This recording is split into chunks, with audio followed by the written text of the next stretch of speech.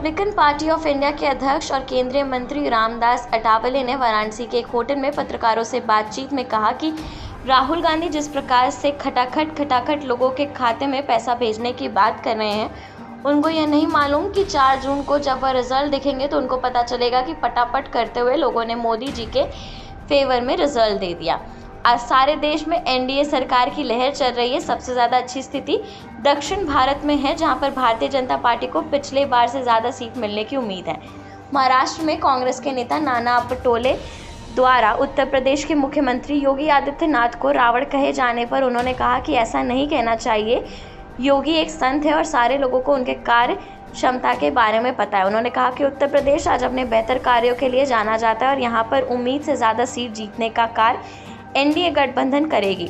इस मौके पर उन्होंने बताया कि भगवान बुद्ध की प्रथम उपदेश स्थली सारनाथ में कल वैशाख पूर्णिमा के अवसर पर वह उपस्थित रहकर बुद्ध जयंती मनाएंगे। इसके अलावा अन्य विभिन्न राजनीतिक कार्यक्रमों में वह प्रदेश के अन्य जनपदों में भी भाग लेंगे। हाँ, तो आज मैं पूर्वांचल के प्रचार में मैं आया हूँ। यहाँ मतलब जो मछली शहर भदोही, ये 2 लोकसभा सीटों पर आज योगी आदित्यनाथ जी की सभा है, वहाँ मैं आज जाने वाला हूँ। उसके साथ साथ कल मतलब लालगंज है जो जौनपुर है, वहाँ भी मतलब प्रोग्राम रखे गए हैं, उसमें मैं जाने वाला हूँ। और बनारस की जो सीट है वाराणसी के माननीय नरेंद्र मोदी जी की है, यहाँ आज जो शाम को कुछ प्रोग्राम हो गए तो भी मैं अटेंड करने वाला हूँ। और यहाँ जो बीजेपी का ऑफिस है वहाँ भी मैं भेंट करने वाला हूँ। और कल सिद्धार्थ गौतम बुद्ध जी की जो जयंती है, तो इस जयंती के अवसर पर मैं खुद बुद्धिस्ट हूँ और सारनाथ में पहली बार मैं बुद्ध जयंती मनाने के लिए मैं इधर आया हूँ और मैं कल सुबह सारनाथ जाने वाला हूँ।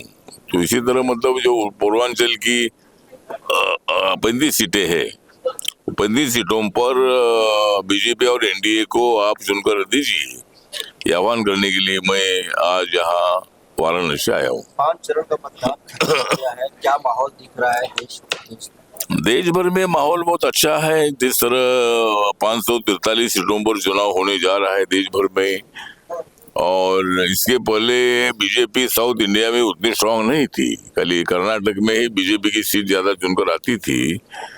लेकिन अभी इस वक्त मतलब साउथ इंडिया में पांडिचेरी में बीजेपी स्ट्रांग है।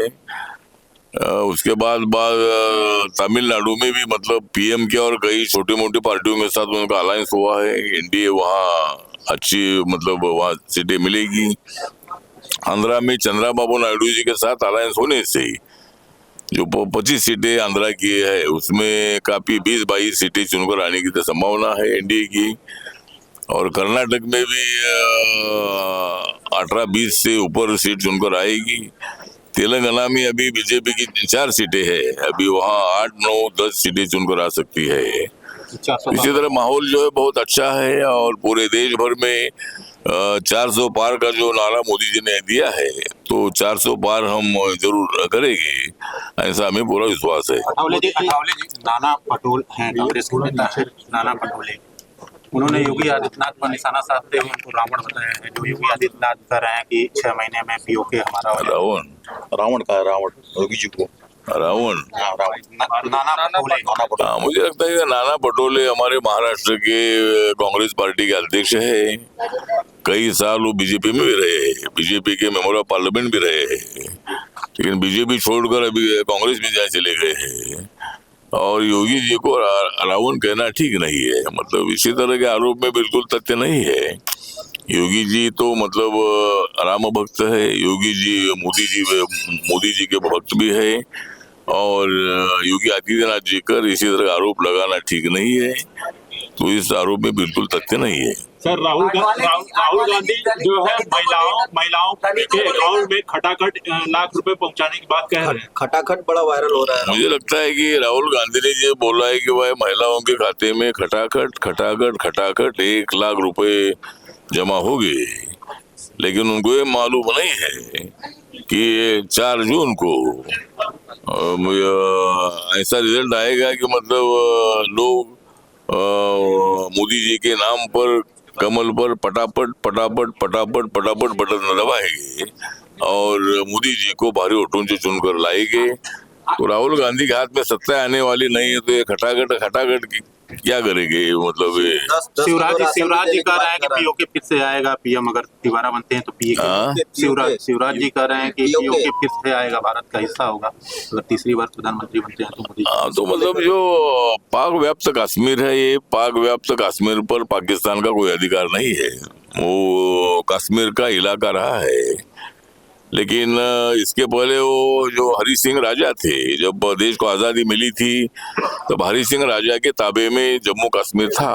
लेकिन अचानक पाकिस्तान ने आज़ादी यहाँ अनाउंस हुई और पाकिस्तान ने अचानक हमला करके कश्मीर का 1/3 पार्ट अपने ताबे में ले लिया है।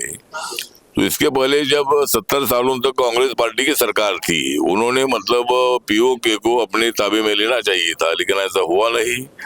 लेकिन भविष्य में जरूर, मैंने भी पार्लियामेंट में बहुत बार मांग की है कि एक दिन ऐसा आएगा कि पीओके मतलब भारत में आएगा और आज वहाँ के लोग भी भारत के साथ आने के लिए उत्सुक है और जरूर मतलब कुछ दिनों के बाद ही पीओके अपने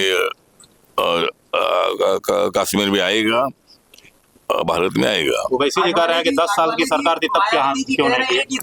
ओवैसी जी कह रहे हैं 10 साल की सरकार थी तब क्यों नहीं लिया?